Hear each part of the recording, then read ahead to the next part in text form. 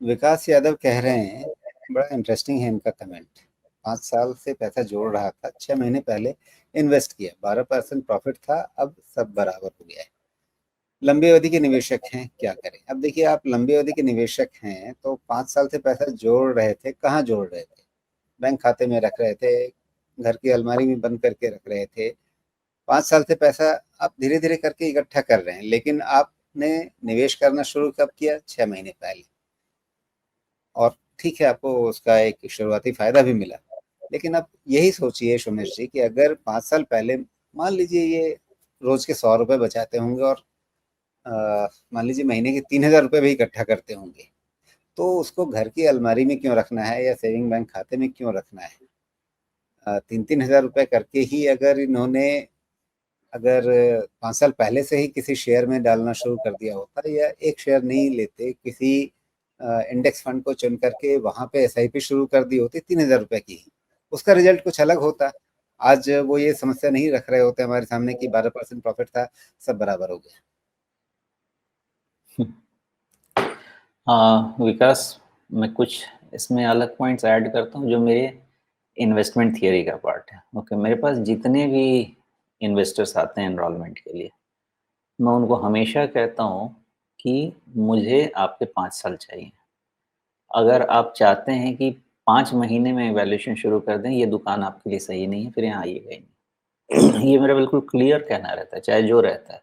फिर भी उसके बाद 6 महीने में सवाल आता है और मैं बिल्कुल स्ट्रिक्ट हूँ कि जिसको भी आना है और आ गया है तो 3 साल के पहले मुझे कोई टेंशन नहीं चाहिए। नहीं समझ में आता है, आप चले जाइए, मैं किसी को नहीं रोकता। लेकिन कभी भी इन्वेस्टमेंट डिसिप्लिन को डिस्टर्ब करके मेरे से कोई क्वेश्चन किया जाता है, नॉट एंटरटेन्ड एट ऑल।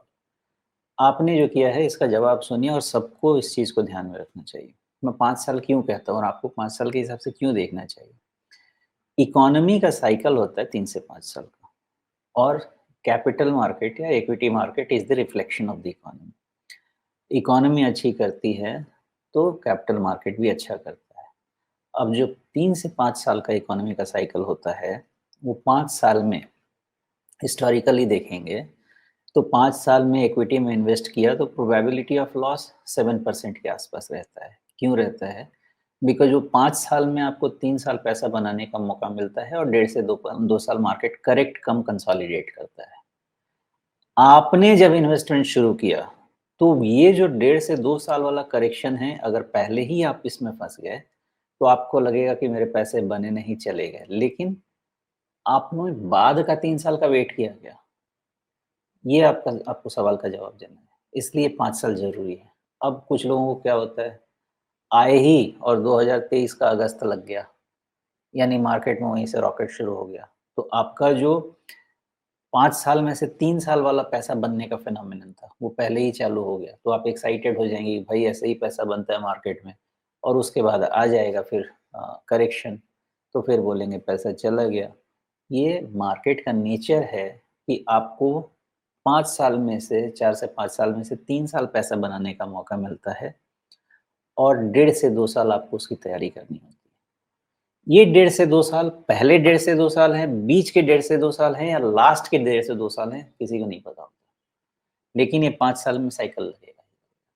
तो अगर आपको लग रहा है कि 6 महीने में आपका बराबर हो गया, रिटर्न चला गया, आपको ध्यान 5 साल के साइकिल का रखना चाहिए।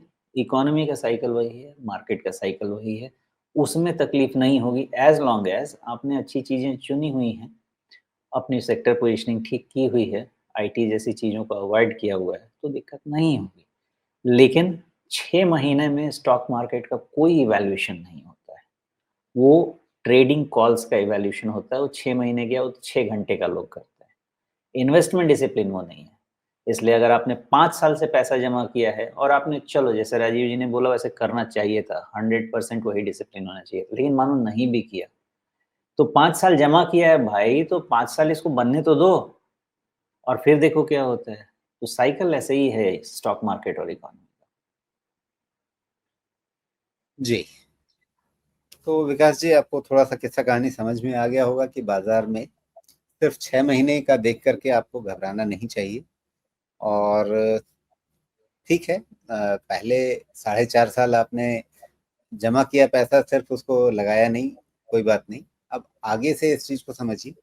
अगर मान लीजिए आपके पास छोटा अमाउंट है, आप महीने में 3,000, 5,000, 10,000 इस तरह के पैसे जमा करते हैं, तो फिर आप बढ़िया रहेगा इंडेक्स फंड चुन लीजिए। उस हिसाब से वहाँ पे हर महीने की एसआईपी खुलवा लीजिए, उसको शुरू कीजिए। और अगर आप इससे थोड़ा ज़्यादा बचा पाते हैं, इंडिविजुअल स्टॉक्स को चुनने का मन है, तो फिर हम लोग हर सप्ताह चर्चा करते ही रहते हैं। उसमें किस तरह के सेक्टर्स में अवसर बनते हैं, कौन से शेयरों को लेकर के अच्छी संभावनाएं रहेंगी। जो दर्शकों के सवाल आते हैं, उन दूसरे दर्शकों के भी, आप उनसे भी सीख सकते हैं, उनसे भी समझ सकते हैं।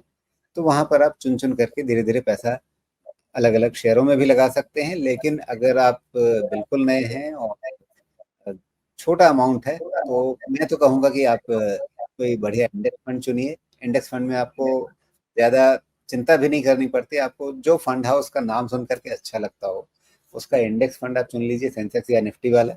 उसमें पैसा लगाना शुरू करिए, एसआईपी कीजिए और समय दीजिए उसको। आपको अपने आप उसका रिजल्ट समझ में आने लगेगा और फिर तब तक आपको बाजार भी समझ में आने लगेगा।